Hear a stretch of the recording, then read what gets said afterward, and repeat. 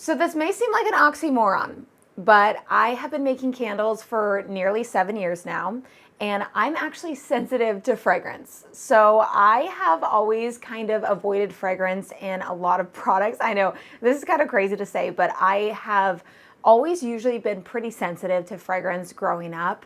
My skin is very sensitive. I'm a very sensitive person. I'm just sensitive and reactive in general. I mean, when I get my eyebrows waxed, they're red for hours. I get sensitive to the shower, so my skin will be blotchy and red just from the warmth and heat from the shower. I'm just a sensitive person. So it's not surprising to me that fragrance also is something that I'm sensitive to. Now, I know this is surprising because I have a candle business. There's candles behind me. We work with fragrance all the time. There's an entire closet full of fragrance over there. But what I've learned throughout the years is that there's different ways that I can minimize how sensitive I am to fragrance. I also want to specify that my sensitivity and other people's sensitivity is going to be different. The way that I feel the reaction from different fragrances has a lot to do with how heavy it feels in my chest. Sometimes I get a little anxious over certain fragrances, but that has really diminished over the years. And luckily, the scents that we work with, there's not many of them that I get any kind of reaction to. But in the beginning, when I first got into candle making, I remember making candles in my kitchen and feeling this overwhelming, almost nauseous kind of feeling. And I got a headache, I got a stomach ache. I did not feel good at all. And I just thought to myself, wow, that sucks, because I really would love to be able to turn this into a business. I love the craft of it, but the overwhelming of fragrance in the air was just too much for me. Maybe you can relate to. There's got to be other people out there that also feel sensitive to fragrance too. If you are one of those people that is a candle maker and you're sensitive to fragrance, please let me know down in the comment section below, because I know there's probably a lot of us out there, but we still continue to pursue this craft because we love it so much.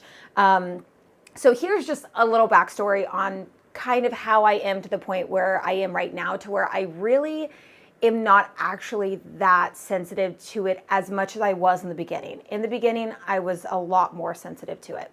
So again, like I said, I would make them in my kitchen. I didn't know about ventilation or anything like that. So once I realized that I could make candles on my balcony of my apartment, which if you go back to my very first YouTube videos, I was making candles on my balcony.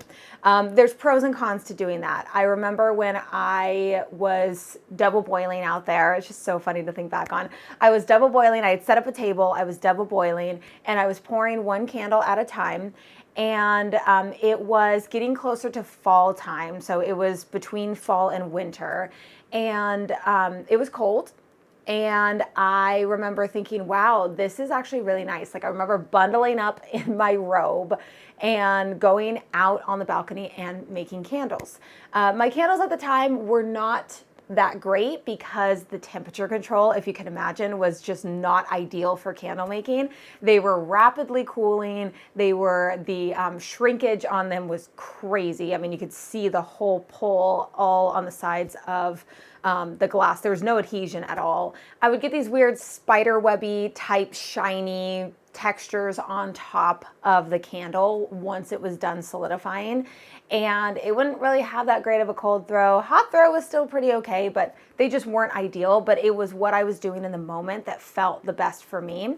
But as soon as I realized that I could have my candle business inside of my apartment, I just needed to work on three main things. The first one is ventilation. So I just made sure that I had open windows at, I think it was my kitchen window, and then the sliding glass door, because everything was in my living room at the time.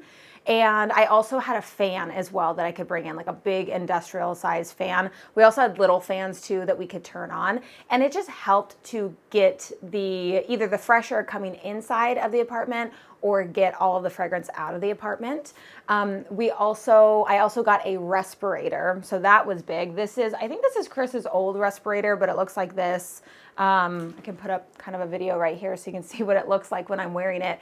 This made a massive difference for me. I think this made the most difference of putting on the respirator because it really helps me to not smell anything, be able to breathe normally. Of course, it's a little uncomfortable to wear, but you kind of get used to it after a while.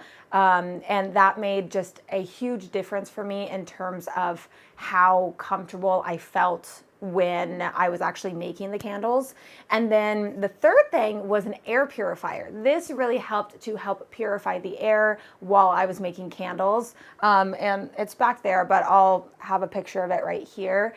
We've been using this forever. I think we've gone through like a dozen filters over the years on it. But Chris still uses it while making candles. And funny enough, there are, I think Chris told me there's only like 1 or 2 fragrances that will bother him and he'll wear a respirator, but for the most part, I mean, even when I've made candles recently, I don't wear a respirator.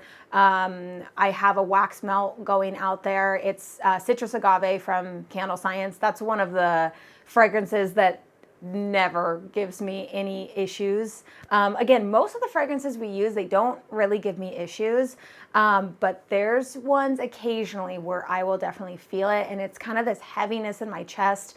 I don't know what exactly causes it. I think it's just probably whatever component is in the fragrance, and then my body is just sensitive to it. But over the years, it's gotten way better.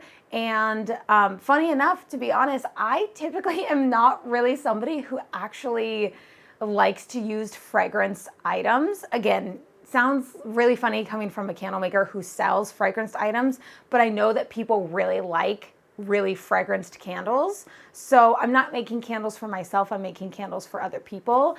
So there can be some kind of like disconnection sometimes when you feel like I'm like not making candles for me, I'm making for other people, so you have to think about things a little bit differently. But luckily I've gotten to the point where it really doesn't bother me at all. And because we moved the candle making workshop into the master bedroom, and there's these 2 big windows we can open up right here, I don't even really smell it too much in the rest of the apartment when Chris is pouring. And even if I do, it doesn't really linger for very long, unless it's like a really, really strong scent that just lingers for a really long time. We have a client who has requested a certain fragrance from Brambleberry, and that fragrance, it gives me a stomach ache. It just, so I'm so happy we don't have to pour it very often, but it is not my favorite. So it's interesting. There's certain scents that will still get to me, but for the most part, I'm not as sensitive to most of these fragrances as I once was. Now, I haven't heard any other makers talk about this, so maybe it's just me. Maybe I'm crazy to still be in this business, even though I am a more sensitive person to most things in the world. Foods, I mean, we could go on and on. There's so many things: allergies, grass, dogs. Like, there's so many things that I can be sensitive to. I've gotten allergic reactions to mosquito bites. Like, there's just, the list goes on and on. But I wanted to bring this up because I'm sure that there are other people who do struggle with some sensitivity. Maybe your sensitivity kind of goes up and down, kind of like mine has. So these are the things I recommend. Get an air purifier, make sure that you have proper ventilation, open windows, fans, and also get yourself a respirator. You will be so, so grateful that you did. But anyways, I'm going to end today's video right here, and I will see you in the next one.